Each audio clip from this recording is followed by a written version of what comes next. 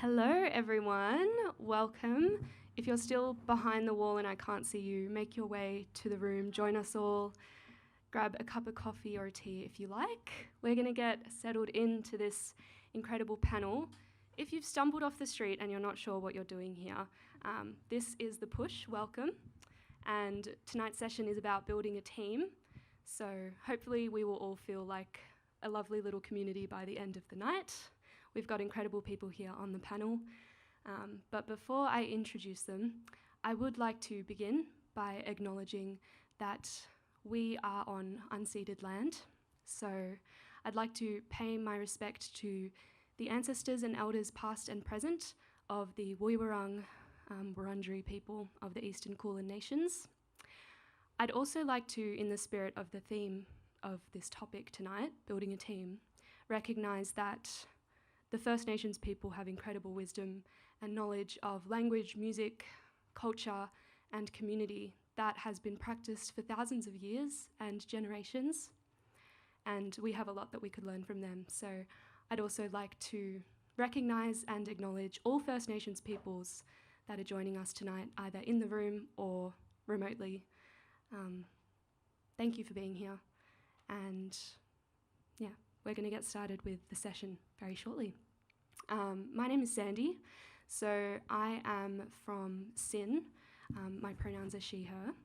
And if you don't know about SYN, we are a community radio station and media organisation run by and for young people in Naarm. We have a lot of fun.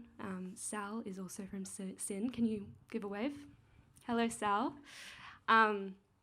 It's a wonderful community that we're a part of, and as part of my role, I get to chat to artists and agents and PR managers to help facilitate interviews for our music programs and create opportunities for our volunteers to go to music festivals and events and things like that. So I'm myself starting to build my own team and my own industry network, and that's what we're all here for as well. And these lovely people here have plenty of experience doing that as well. If this is your first time being at The Push is a wonderful organisation that has been around for over 30 years. It's a youth music organisation that create opportunities for young people to develop their skills and to participate and thrive in music. So they put on events like this one and things like their all ages tours. You might have been to a show recently. They're super fun and I really appreciate it. I remember the thing I was most looking forward to about turning 18 was being able to go to gigs.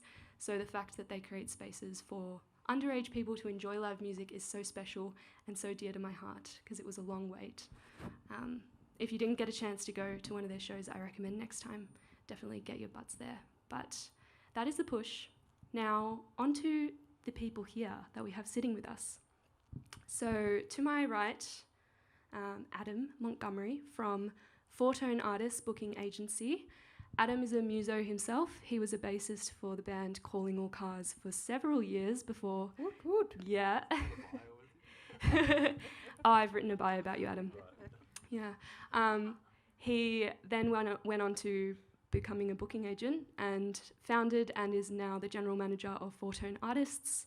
And you can bet that his experience as a musician has definitely influenced the ethos at this agency. It's an artist-first boutique booking agency that operates around the Asia-Pacific region and has also worked with none other than Teen Jesus and the Gene Teasers. So in the middle, Anna Ryan from said band, Teen Jesus and the Gene Teasers. Woohoo, yeah. Incredible band. If you haven't listened to their music before, after this session, go and spin all of their discography. I definitely recommend it. They put out an EP last year, pretty good for a girl band, to critical acclaim. They've also put out a single this year as well, which is very exciting. And they are no strangers to the live scene either. They just came off a tour around UK and Europe off the back of their stint at Groove in the Moo, which is amazing. Congrats. Thank you. And beside Anna, we have Sarah McMillan, none other than Sarah McMillan from Unified Music Group. If you don't know about Unified, they are a globally renowned music company with an artist management division that Sarah is a part of. So she handles a bunch of incredible artists, including Teen Jesus and the Gene Teasers, Moju, Wax, recently Josh Pike, and also previously Slowly Slowly as well. And Sarah has had over 15 years of experience in the music industry, from working at the Mushroom Group, Premier Artists, A Day on the Green. You can bet that she has a lot of wisdom to share with us all. So very excited that we're all here today. There are a couple of housekeeping tidbits before we get into the panel questions. So bathrooms are through the doors that you came in from, down the hallway to your left. They are gender neutral bathrooms, so any of them will do. We have a group of people joining online as well. So welcome to everyone if you are online rather than in the room. Whether you're in bed or on the couch or sitting at a table, I hope you're getting comfy and settled in. We are going to take questions from everyone. You can scan the QR code here. Scan this QR code. There's another one on the table over there. Excellent. There's one on the table over there as well. And I might periodically hold this up in case you need. You can scan the QR code to submit your questions to Slido. They'll be anonymous. If you feel like you want to do it the old-fashioned way and pop your hand up, you're also welcome to do that. But before we do get into your own questions, I have a bunch of questions for all of you as well. So, considering that tonight... Oh, wow. You know, I thought this could have been a fun thing that we do, but that's okay. Yes, so tonight's theme is building a team. So with that in mind, as we've established, you have all worked in a team yourselves before. So I want to start with Anna as the artist. How and when did Teen Jesus decide that you guys needed to start building your industry team?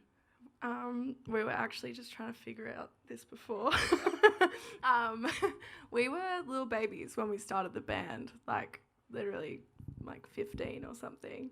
And it was great. It was fun playing the same pubs every week. And then we stumbled across this thing called Big Sound. And we thought we'd give it a hot shot. And that was really awesome for meeting people that could help us in the future. It just sort of got to a point where we were like, this could be a really cool thing, but we don't know how to do it. So yeah, that's why these people are here. Because you guys were all like childhood friends, right? Everyone in the band. Yeah, so we had gone to the same school since we were like 5 and grew up together. And then one day we were like, this whole music thing doesn't seem too tricky. You watched School of Rock once and you were like, yeah. That was it. Jack Black was the only thing I needed to get going. So, yeah. Have you ever, randomly, spoken to Adam about the fact that he was on stage with Jack Black? Why haven't you told me this? What? Yeah. Okay, so... How have we I'd have to... Why is that even... Why are we even talking about that? Context. I know, but I had to throw it out because it's so funny. When Adam was with Calling All Cars, he played on stage with Tenacious D when they opened for the Foo Fighters. And obviously Tenacious D, Jack Black. So you guys, you were destined. Do you have any photos with Jack Black? Yeah, I would love to see them. I do. There's but a video. This certainly isn't about me and my... There's a video on we'll YouTube. Talk about it later. I'll send you the link. There's a video on YouTube. How do you know all this information? What's the link? Just pop it up on the screen. Yeah.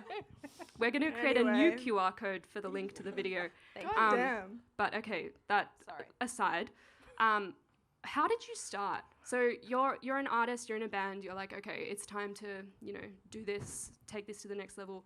Who did you start with? Gosh, I don't know. Your first manager? Yeah, so we had a manager from Canberra when I reckon before we were like 18. And yeah, that was a great starting point for us. Gosh, I don't even know.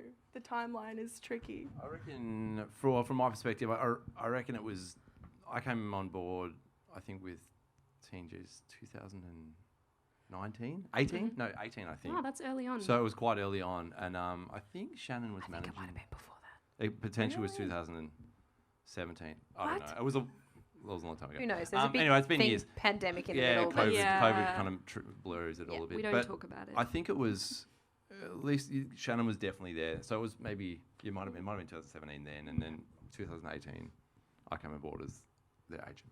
Okay, sweet. So thinking about how all three of you work on a team then, Sarah and Adam, what do you do? How do you contribute to the team? What is your role in this team Teen Jesus? So I co-manage teenies with Ash Hills, and we look after everything from Life and just relationships. maybe being like the voice of the band. So whether or not that's to do with live shows or recordings or publishing or merchandise, brand, all those kind of things. We're kind of the voice. We want to make sure that the band has their goals and that we're there to kind of help achieve and move the band forward as much as we can, and that, you know, it all aligns on the same page. We all have the same type of goals. And yeah, so we sort of work with Adam in making sure those shows, and then we sort of are the voice in between. And, you know, like when we're planning shows or the show offers, the show will come to us. We'll discuss with Adam, try and get a bit more cash. And then and then we take it to the band and present them an offer, and that's basically how that sort of site happens. But I guess, yeah, me and Ash kind of facilitate between each one of those kind of streams of pillars, and we present them to the band and try and represent them the best way possible. Does that make sense? Yes. Okay. I see heads nodding as well. Yes. Okay, good.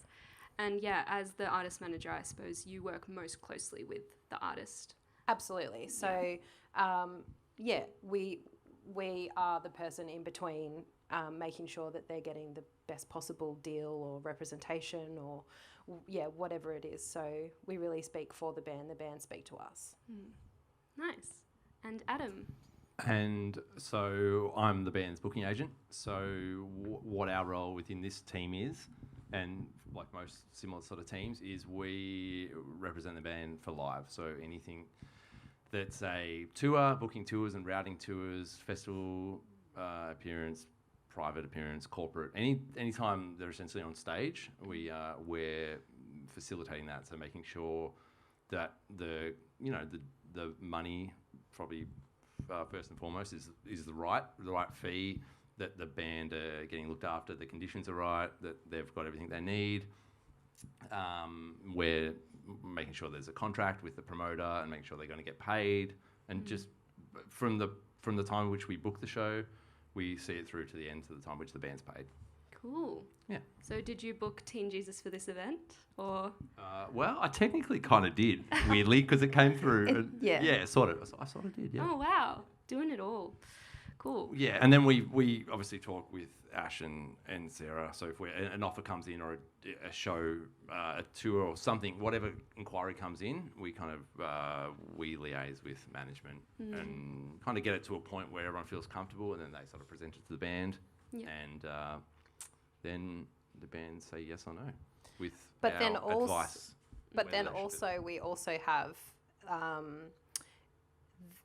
Monty and Fortone on board, so that we can also try and pitch for bigger tours and festivals and stuff like that. It's not just one-sided coming through that way. It's also us coming out as well, being like, hey, this awesome band is in town and we really want to try and pitch for it, because I'm sure a lot of you are, or that don't have representation, find it really hard to get your foot in the door when you're like trying to see a band that's touring, and then you have to send an email to locate an email or a phone number and try and pitch yourself in the most professional way forward. Generally, yeah, that's why having a booking agent is great, because they do this kind of stuff on the daily and they're representing artists all the time and they're having these conversations. So booking agent is a huge, crucial part of our team. Yeah, and it sounds like you all work very closely with each other. You obviously get along well. Yeah, absolutely. I mean, Sarah and I, we go way back. So we've been working together in various things for, I don't know, 6 years or so, something like that, 7 years. Long time. I was with Slowly for 7 years. Yeah, we represent Slowly as well. So 5 years we worked together before we were even working on Teens, I reckon. But we it's a long super time. close. So like we'll talk daily. We have a Yeah. Slack channel that just is On fire. relentless. Especially at the moment, there's a lot going on for teenies. So Yeah. it's a not even daily. It's an hourly like, and then phone calls, and then a lot of like there's a lot happening. So it's a constant, Teens are busy. constant dialogue between the team. That which is cool, yeah. It's a nice way to work. Yeah. Teens have been busy, very busy. Then, so I want to go back to this. You were saying, Anna, you had a previous manager, right? So what is it about this team now that works so well for you? Like, how did you know that this was the right team for you? I guess you kind of never really know until you meet them. And I don't know. Our first manager was like a great starting point for us. But we realised like there were some things that we just needed a bit more help with. And so it was like really good to expand the team. We met Sarah on the Slowly tour. It was our first ever tour. And yeah, she seemed to see something in us, which was nice. And then everybody that just came along afterwards, it's just been magical. It's been great. That's great. A lot of weight off the old shoulders. Yeah, you've got so many people in your corner now, which is awesome. But obviously there are a lot of people, I've already spoken with a lot of you in the audience who are artists yourselves, and you're probably indie at this point. So for an artist that wants to start reaching out to people, wants to start building their network, where do you guys recommend that they start? Like, should they be looking for a manager? Should they be looking for a booking agent? Should they be looking for PR? I mean, I suppose it depends on the artist's own goals, but what's absolutely. I think if I was to pick one, I would pick a booking agent. I think making sure that you're getting your live and your community developed before you're trying to sell yourself to someone to manage. There has to be something to kind of manage before you're approaching a manager. Yeah. Unless you have a previous relationship with them and they're crossing over from one act to another act. But I think just making sure that,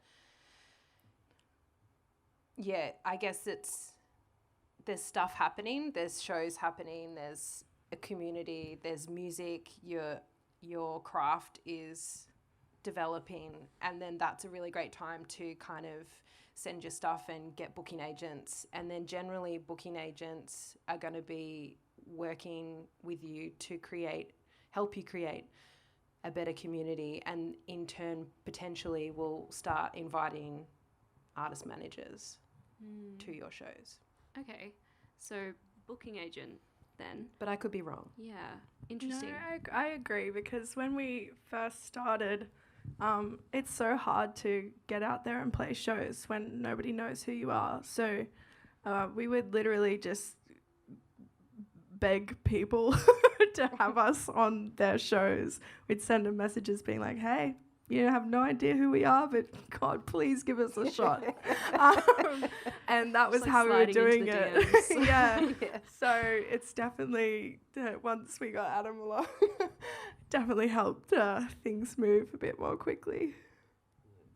I'd probably just say like it's hard to know exactly who's first, but I think a booking agent definitely helps first. But I think it's just knowing when you're actually ready to have an agent, like, or ready for a manager, like just having a real critical look at where you're at in your career and just going, can I do this on my own? Because the idea of having a team is because you really just want to focus on the art and focus on the music, but you kind of need to be ready to be able to offload that stuff. You know, like it's got someone. There's got to be something for someone to do. You know, if there's like I think like Sarah said, like just building as much of your community out as you can already, and if you can build that and you can build a fan base and build a small kind of community, really, agents are going to come, managers are going to come, those people are going to come to shows. They're going to recognise. We listen to music every day, and that's what we want. Like that's what everyone's looking for, is something that's already got there's something going on, and that's generally just a fan base of sorts, you know. I was going to say, I also wouldn't want to pick up a client that has no idea what I'm doing in my role. Like, I want someone to have experienced every single part of what an artist manager does. Yeah, I would absolutely agree with that. Like, you have to have done something first, because and the manager's a whole different world from agency. It's much more involved with the artist, but like you have to understand what you're getting. You know, what that team member is doing. You know, I think that's how really the important. business works. Yeah, absolutely. Yeah. So how can people find that out? Like, how does... Do you have a question? Oh, hello. Sorry, I just wanted to ask, from the artist's perspective, when did you, as a band, like an independent band, kind of know that you were ready to have this team come on board? Yeah, I think it sort of just got to the point where we were sort of in a loop. Like, we were playing the same shows like every week to the same people, and we were like, okay, how do we like get further? Like, how do we move on from here? Because what we're doing right now is obviously like it's fun and we're having a good time, but it's not like progressing in any way. Does that? I don't know. Great question. That actually answers what I was going to ask you as well. Yeah, well, I'm curious then for you, Adam, because we discussed previously you are a muso yourself and you were in a band too. So do you feel like when you went into becoming a booking agent, has that transferred, or did that transfer? And did like the networks and, you know, the networks and the community you'd built before, did that help you be a better booking agent? Yeah, not necessarily. Probably a little bit. The networks a little bit. It helped us choose Adam Yeah, slowly because we knew that he had, from the artist perspective, where some agents don't, and they just are like, yeah. Like I think do this, do that. Yeah, I think coming from the artist side, like I know how shitty it can be and how hard it can be. Like, so hopefully that experience that I've had, like we played every, you know, tiny room, and we got lucky and we got to play some really big rooms and spaces, but like we kind of did everything and everything in between. So, and toured really hard and had periods of downtime and kind of knew and know what it's like to tour hard, and the reality of that, it's not, people kind of want that in theory sometimes, but the reality of touring hard, which Anna will be able to elaborate on as well, it's not that glamorous. It's actually quite grueling. And I think having a bit of that knowledge is important. At least I think it's been important in like with what we do at Fortone, that we be able to pass a bit of that knowledge on. And I just always try and, it's easy to get lost in, let's just book the artist heaps of shows, and because, you know, everyone makes more money and it's better and, you know, whatever. But trying to have that mindset and trying to continue to think about that, something that I try and do. It's tricky because, you know, you're running a business and there's costs and stuff, you know, etc. But I think it's important to constantly check in with yourself about that and just go, I've been there, I've done it, and this is not, it's tough, and this is not going to be that fun for the artists. Also, So- I guess remembering that artists are people and not just like music making machines. Absolutely, and when you're representing a certain amount of artists and you're on the phone all day and your job is to book shows, you can get lost in that easy, and it's like another show done, cool, move on. What do they want to do next? And sometimes the managers are really money focused, so you can just get into that loop of going more money, more shows. So yes, it has definitely helped, and just constantly trying to check in about it and making sure that you're right. They're people and they've got limits. Yeah. And it's like, don't push Definitely. me. I'm on Well, I the mean, edge. ultimately, it's always the artist's decision. We say it's the artist's decision, but, you know, we're on the team to advise the artist. So it's like, you have to be mindful of the position you hold within that, the dynamic within that team as well. So trying to just be respectful of that is something to think about. Cool. I want to talk a bit about meeting people and actually going about like building this network or building this team.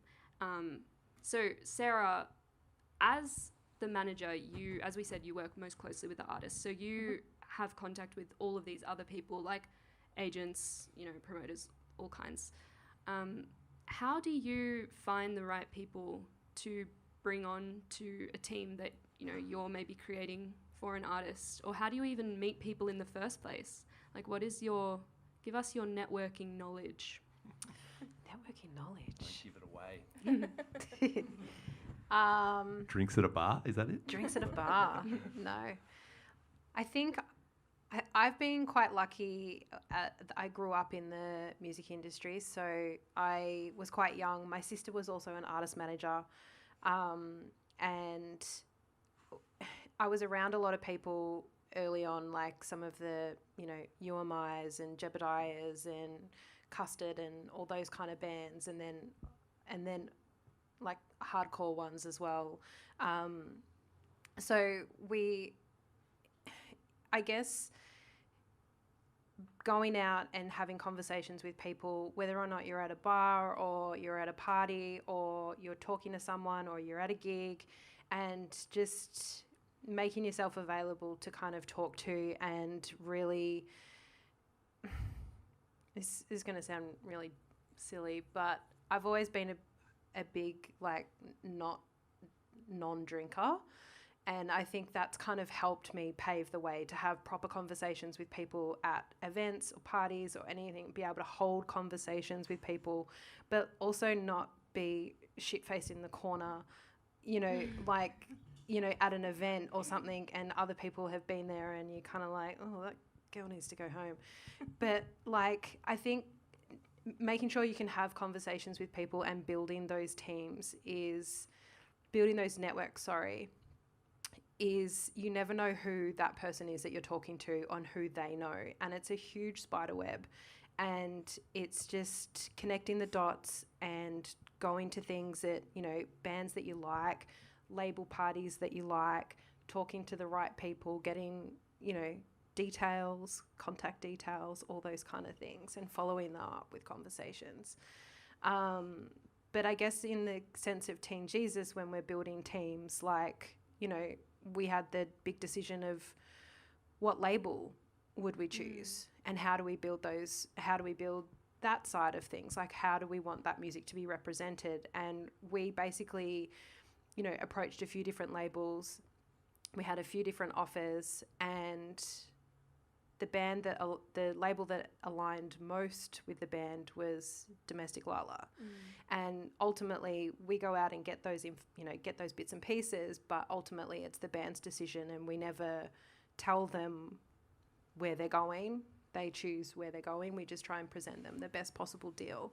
And James Tidswell has been, do you all know who James Tidswell is? He's in Violent Soho, and he has his own label, Domestic Lala, and they do everyone from Terry's to Dear Seattle, West Theberton, Teenage Jones, you guys. And we felt like that was a really good home. It made sense. So that's how we kind of started to develop and do those. And then we slowly build it out as, what are we going to do for publishing, and what are we going to do for our lawyer? Like, who do we want? Who are we going to have as our business manager?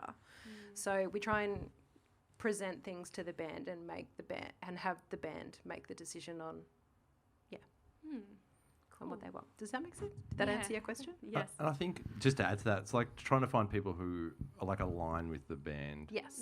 Values, I think, is important as well. Like, where, like, I'm not the right booking agent for everyone, and Sarah's not the right manager for everyone, but like there's plenty of artists who we align with, like whether it's values or just like the same kind of mindset. So I think that's kind of important. I think it's actually so important to just like sit down and have a conversation and figure out if you actually like them. Like, we've had lots of conversations with people that have said we're going to do this for you, but then by the end of it we were like, I don't know if we really clicked as people though. Like you're going to be like working with these people and you want to be able to talk to them like freely and you know, so I think it's just like do we vibe. Do we? At And the it's end like of the too day, small. do we It's vibe? yeah, well, it's too small an industry to just have, like, not have a personal connection. You just can't Yeah. avoid it in the industry. It's just And I the think nature Especially of if it. you're going to be messaging on Slack like every Well, hour. Exactly. honestly, and it's you know. Slack or Yeah. it's Facebook Exactly. Messenger or it's like it's Yeah. quite personal. It's like it's not, and it's relentless. It's outside hours, so you really need to like, for the most part, you really just need to like the people because it's Yes. like otherwise. And that's a great step that networking is working out, having those, you know, conversations with people at events or gigs or, you know, And just stuff like this. Making friends. You need like, to really. make friends with them and see if you like them. Like, you know, they might be jerks And there's then- plenty of like. and you don't want to Jerks. work with them. So then what do you do when you find yourself in a team that doesn't mesh? Well, Well, great question. great question. Awesome Who are you question. asking? Who are you asking? Who was the question? Who was it We to? can all speak to that. Anyone I- can Yeah. jump in. I mean, you have probably all had experiences. I think how do you when- navigate that? I think when the team isn't working, sometimes relationships finish. And maybe your goals don't align. Maybe you have different opinions on things. And sometimes it's not a bad thing. Sometimes it's just you want to take your career to the next level and, you know, you have to part ways because they don't have the right contacts and you can, you know, foresee something else happening. So I think it's just working out, does it align? Are you all happy? And is everyone's mental health okay? And if it's not, then it's maybe not the right team. And it's actually a really good question. Yeah, and I think from an artist perspective, it's if you're not happy with your team, it's really hard to make it. Exactly. It's really difficult because it is like especially that manager-artist relationship. Like they're kind of your lifeline to, well, at least the perception is they're your lifeline to the rest of the world. You know, and being in the band's like your world. So I think that one's really tricky, but I think you probably just need to have those like really Tough like, conversations. with yourself or firstly with yourself going and knowing that the artist, it's your career. It's not the manager's career. It's not the agent's career. It's like your career and your life, and everyone works for you, and that's true. And it's like, yeah. Yeah, but that's You like all that's work it. for Like me. it's Anna's business and it's the teenie's business. You know, it's there. Yeah. So and just being honest and going, this isn't working. You know, and it's like a relationship breakup. It's pretty brutal, but it's real. You know, That's such an important skill to learn though as well. It's like it there's takes nothing- ages to do it. Like it takes so long. It takes ages. Yeah, there's nothing worse than like doing it. It's like doing a group project, right? And it's like you'll end up doing all the work yourself, or you won't be able. You'll feel uncomfortable like disagreeing with someone about their ideas or where the project's meant to go, and it's horrible. So Yeah. especially when you're an artist trying to build your own team, like learning how to have that confrontation, maybe not in like a mean way, but just in a way where you can realize whether something's working for you or not. It's great that you found a team that works for you, Anna. Yeah, It's pretty awesome. it's pretty special. It's pretty cool. I think it might be a good time to check Slido if you guys have been submitting any questions. Also for the people from home, you can. Oh, hey, the QR code. Hey, I get to hold it up. Here you go. You can scan this QR code and you can You had submit its moment. your questions / you can raise your hands if you would like. Let's see what we have here. Okay. From Anon. Going back a step, how do you go about finding the right bandmates? It seems so difficult to find good people who are on the same page. Yeah, The well, sandpit for Teen Jesus. yeah, we're in the cool. sand- They pit. formed in the womb. Yeah. I feel like I don't like. I think I've just been really lucky. Yeah, it's really strange because we just all sort of were best friends. So it felt like the obvious answer. But I think if you're like starting out and you want to be a musician, you've just got to like be able to like communicate with whoever you want to work with. Inviting people to come and join you and play. And going to gigs and finding like-minded people that want to play similar music to you, and inviting them to do a writing session or having a rehearsal, like, you know, in a rehearsal space or any of those kind of things. Be open. It can be very daunting. Like, I've done writing sessions before with other musicians and felt like a phony, but it's just, you know, you all want to do the same thing. Like, you want to just make some nice songs. So, yeah, you just got to, like, get out there and, you know, try your damnedest. Do they still do ads in the paper? How did you form Calling All Cars? That's a long, long time ago, Sarah. I would say that maybe have a think about, like, if you're trying to, whether you're trying to form a band and like a democracy kind of situation, or you want it to be, it's your thing and it's a dictatorship kind of situation. I mean that like in a Do you want to be a dictator? No, but just that's in the way it's like question. if it's like you're the artist and you've got band, like a backing band, or because they're kind of probably two separate. That's why things. the communication is like really In a democracy. really important, because you know you don't want to be on the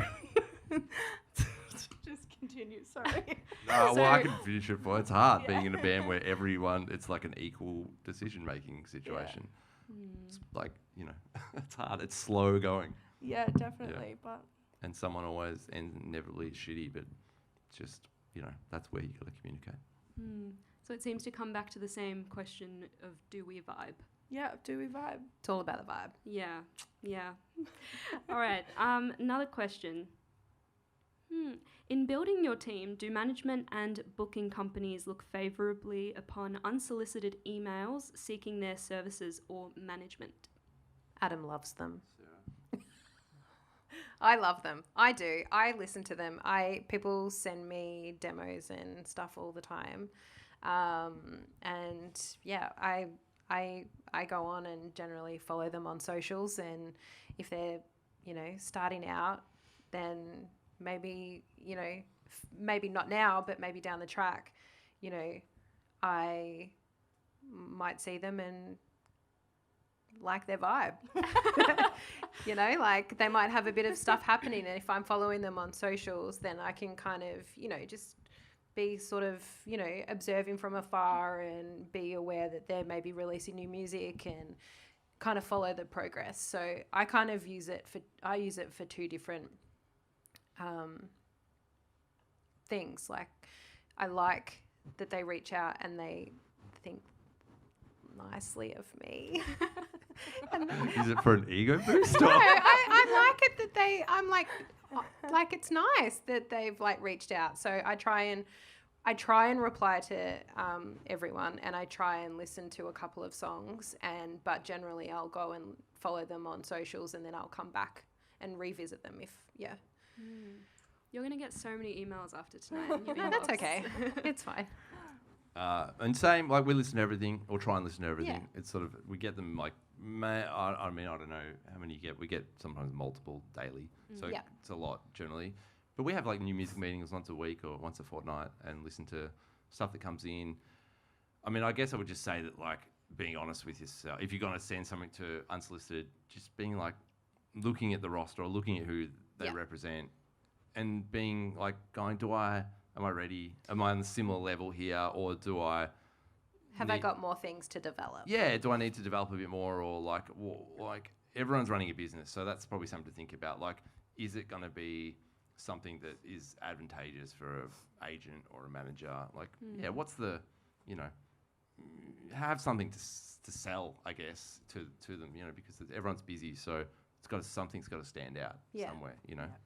But we certainly listen to everything. Don't always reply, obviously, because it's busy, but yeah, absolutely. Okay, sweet. We have a lot of questions here. I'm going to get through some more. What's the best way for an independent artist to pitch for a support slot? Do you have experience with that, Anna?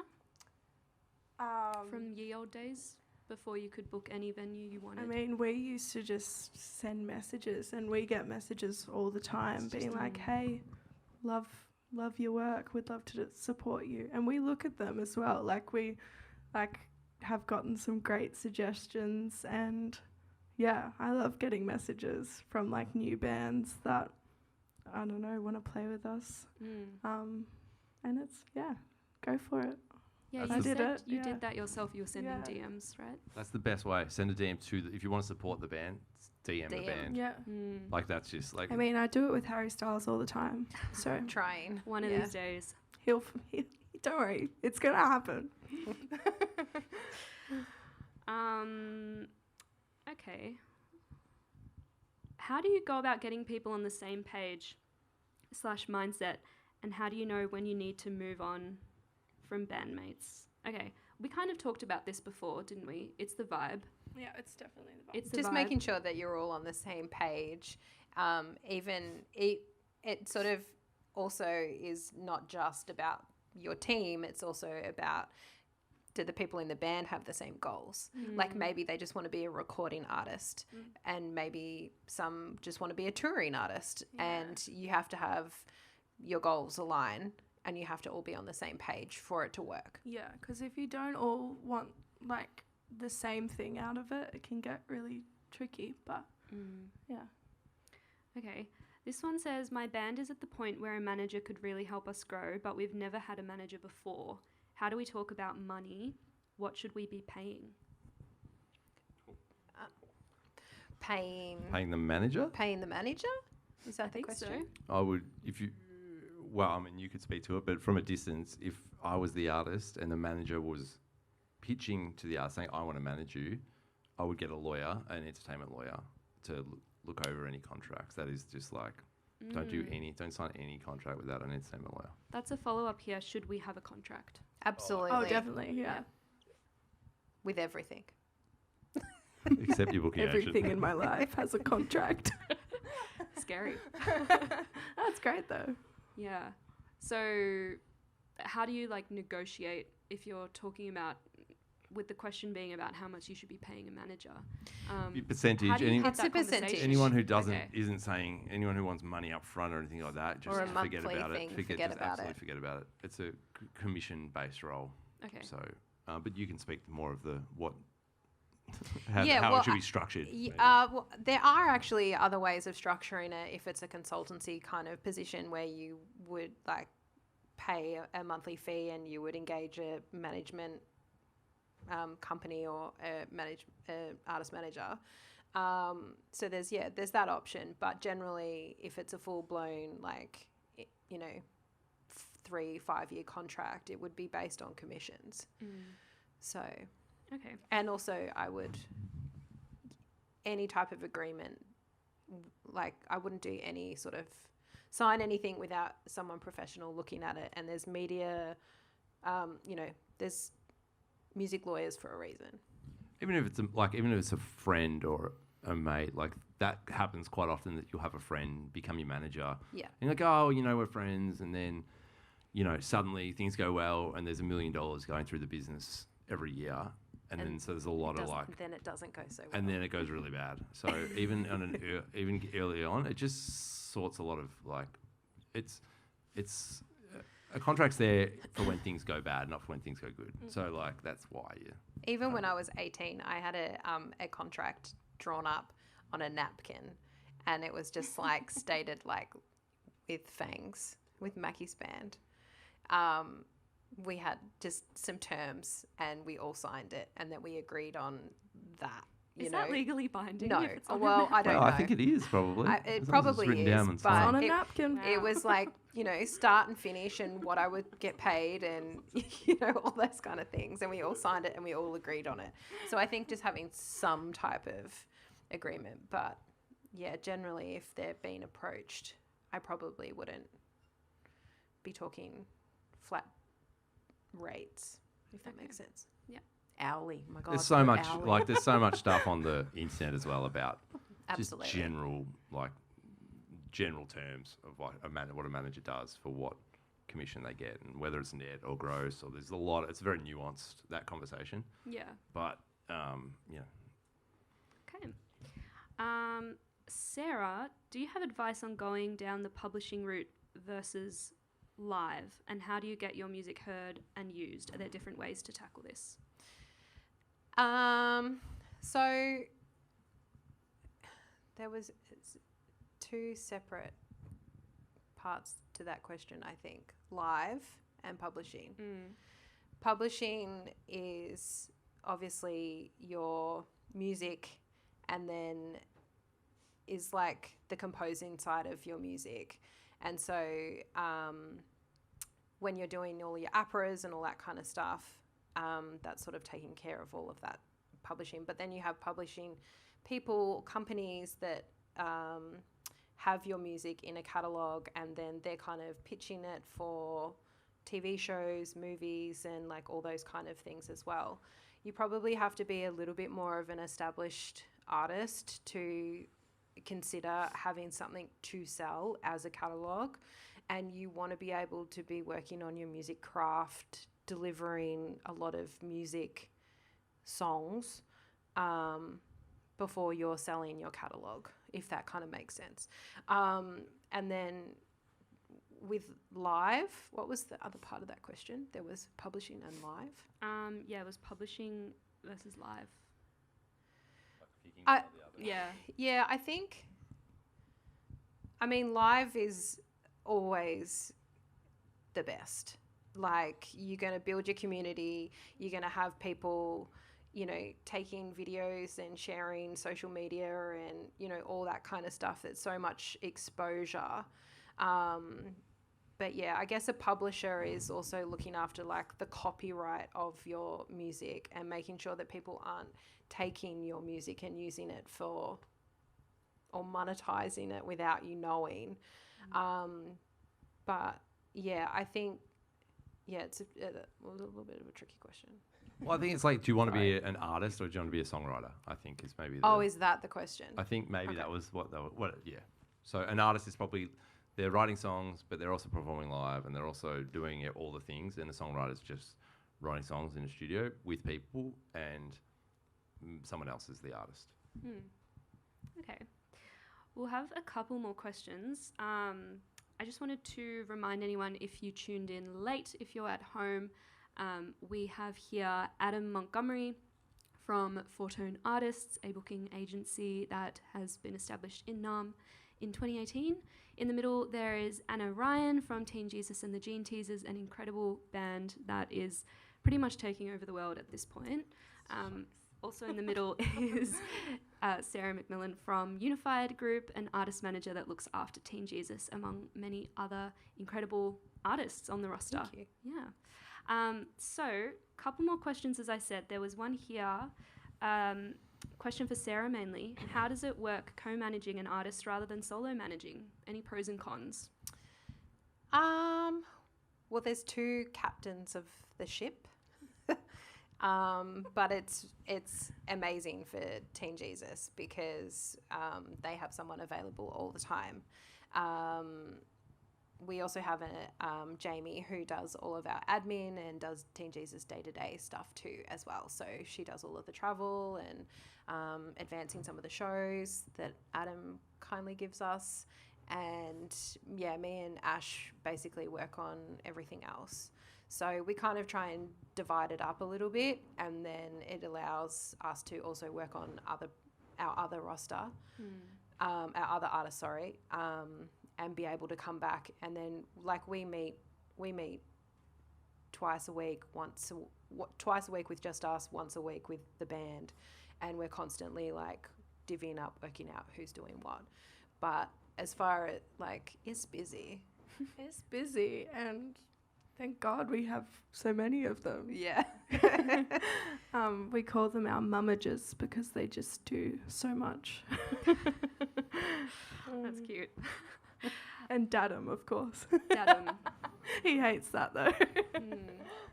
That's fine. Happy family. When you've got your eye on an artist that you want to manage or book, what are you looking for in them that will really convince you to take them on? Vibe. Just a vibe about it. No. This I is can. all anyone's going to No, take away I from I this. love, was so I love sorry. talking I was- about this. I was just actually. being silly. Do you I'll go first. You go first. We're probably a little bit different because we sign more acts. Just the nature of agency, you sort of work with more acts than. Yeah, your the roster managers. is insane. I was looking at the website earlier. It's Good like, insane or yeah, insane, like insane? Yeah, so okay, good. so many insane. artists. Yep. Yeah. Well, that's small. We're a small agency, really, relative to other agencies, if you can believe it. But what we kind of look for, there's a few things. It's like, firstly, we have to like it. Like, we just have to genuinely like it because it's fucking hard starting out. And sorry to swear, but it's just the reality. It's hard, and you're not really making money. The artist isn't making money. As a result, we work on commission, so we're not. So you just have to love it because it really is a grind. So that's the first thing. And then after that, it's really about, like we've talked about before, is there some kind of community around the artist? Like, do people like this music? So, it might be amazing, but if no one likes it, we can't do anything. Like, we can't book shows because no one's going to come. We can't be pitching to festivals because there's nothing to back it up. So there has to be something going on, and that can sometimes, and community can be already selling tickets, or it can be great social media. It could be a song that's just gone bonkers on streaming, but it's like there has to be some kind of tangible thing happening where, we have to be able to work something, so like a pull. yeah, there has to be something, one of those kind of key things, so that's the main thing that we look for is like one of those sort of pillars, I guess, that we have something to, and then there's the odd case where it's just like, this artist hasn't played live, but my gut feeling is just like, and that happens sometimes, where you're just like, this is so good that you trust yourself, and that sometimes happens. Cool. There was a question here earlier as well that I think would be interesting to hear from you, Anna. How do you guys handle your social media? Is there like a whole plan for that? Do you do that yourselves? Is someone else involved? We've sort of done it a range of ways in the past, but the best thing is just us posting. Jada usually does a lot of the posts. I seem to struggle with like creating words underneath photos. But yeah, It's no, tough. it's really good to just like have it come just from us. And it's well received compared to like if we've scheduled a post, people know when it's not coming from our brains, but yeah. Is it important to you then to kind of connect with your audience in that way, to actually feel like it's like natural? Yeah, well, you want it to be sort of like, your like family, you're being personal with, your fans. Because I know like when I'm like scrolling through my Instagram and I see one of my favorite bands, I'm more likely to interact with the post or like share it or whatever if I know like, it's coming from them and they actually care about, the audience. Whereas it's like you see all the posts, it's like, come to this show on the 17th of blah, blah, blah. And it's like, well, maybe I don't want to. Yeah, so I don't know. I think it's really important to continue to connect with everyone, I think you can tell when like a Facebook page or an Instagram is being handled by someone other than the artist. Yeah, like, definitely. yeah, it's pretty obvious. But that's cool. Thank you. Adam, do you have any advice for people who want to go into booking management as a career? How do you build your connections and way into that career path? Oh, yeah, I would just, well, you can do a few things. You could start your own agency. It doesn't cost anything to start an agency. It's hard to start, but you can find friends' bands. You could just book their shows. Just get busy and build your own business. I think that's a great way for other agents to see what you're like. For instance, when we're looking to hire someone, we recently hired someone, and basically the reason we hired her because she started her own promoting company in WA, and was like, okay, well, so she's so hungry and she's already kind of grinding away. Totally awesome. That's what we want. Like someone who's a self-starter. And just, again, making friends and like going to if you want a job at a specific agency, going to those shows and meeting the person who's running the agency or meeting the band, whatever it is, just go out and make friends and make connections and just book a venue, you know, whatever it is, just get really involved in live music if that's what you want to do, you know, like there's no real easy way. It's a really hard job and I think people just do it because they love it. There's probably ways to make money. Well, there are ways to make money. So I would just do it because you love it. So just building, you know, it's like you just have to do it. It's like it's not, there's nothing else you're really going to be good at kind of thing. That's the sort of person you want to be working with, I think. At least that's who I want to be employing. Yeah. You can also start another way into the agency world is like working at a venue as the venue booker and then getting to know different bands and whatnot. And then, you know, you could, you know, side hustle from the venue position where you're, you know, you contact a venue and say, I'd love to do your Thursday night here. Like, can I help book the bands here on a Thursday night or whatever, something like that. And then with the bands that you meet going through that, then you can potentially start booking, you know, like Adam said, start up and be booking your own bands. And then if you approach an agency and say, I already have 5 bands that I book, but I would love to learn more, that's a really great step. I worked at a booking agency and we had so many juniors come through that were just ambitious and had their own little roster and were willing to learn. But yeah, internships and all that kind of stuff is also really good. Yeah.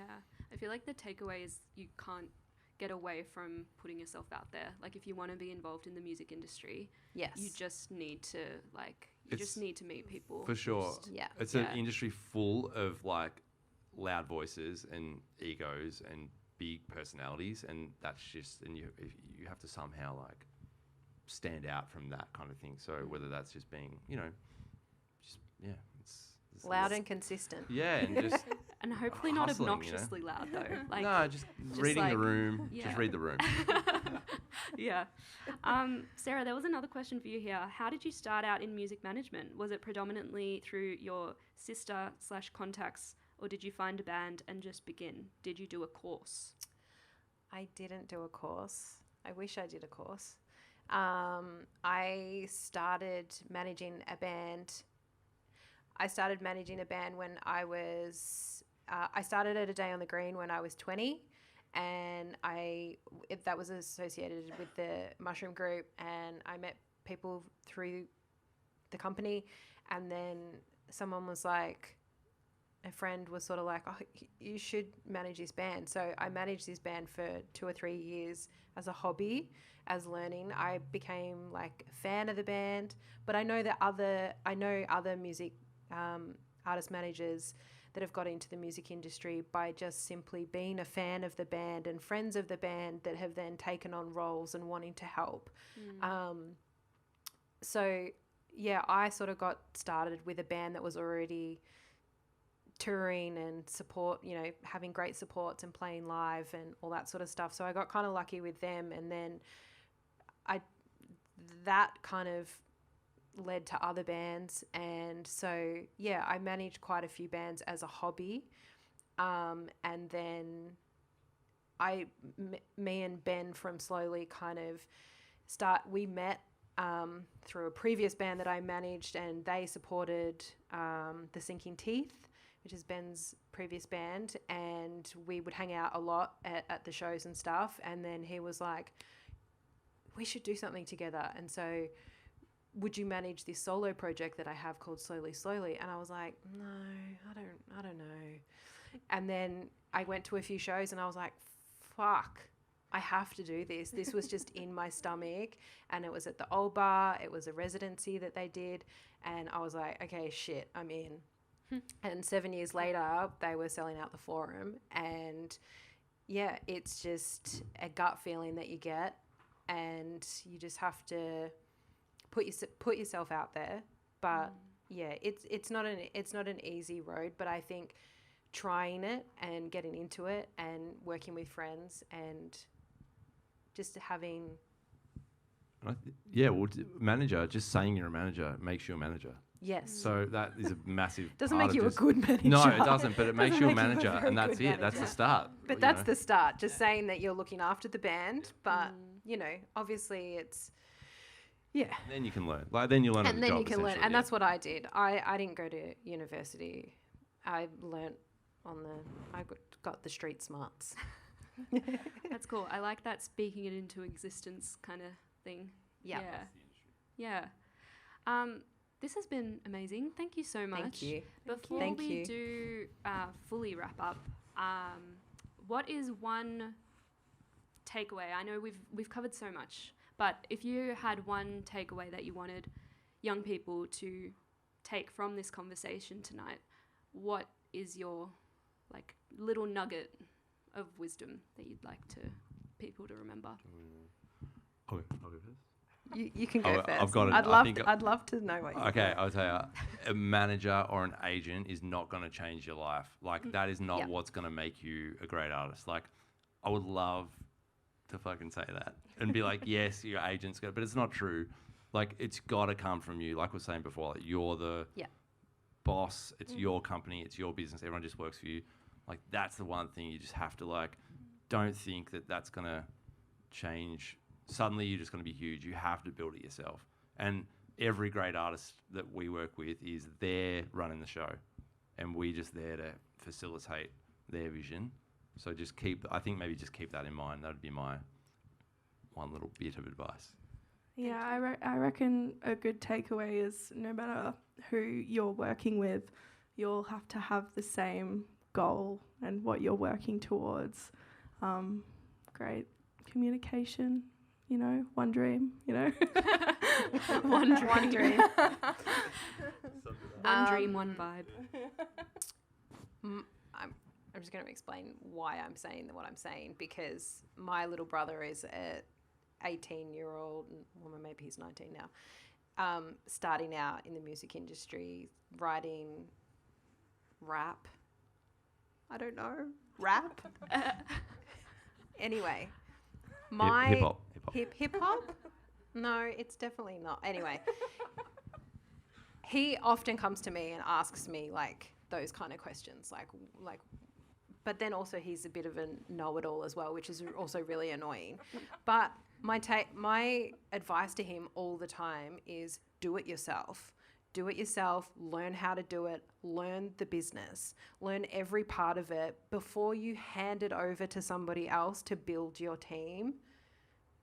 Do it yourself, because then otherwise you just have no idea what you're handing over and what that person is meant to be doing, or what they are doing, what they're not doing, all of those things. It's just so crucial to make sure that you learn every part of what you're doing, but also do it because you love it, and do it because you want to do it, and have your goals and all the, you know, other bits and pieces that we've talked about, have those important parts, but do it because you love it, and create that content because you love it, and build that community because you love engaging with people and you love getting your music out and all those kind of things.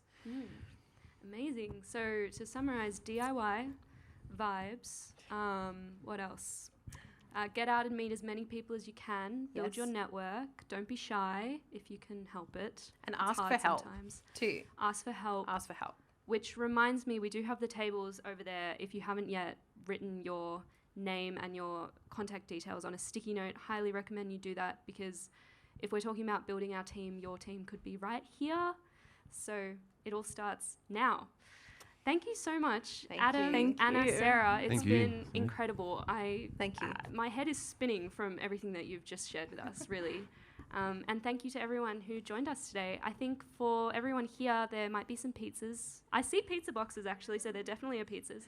If you're joining from home, No please pizza. order No yourself pizza. a pizza so you can feel like you're joining in with us. But thank you so much. Thank Thank you. you.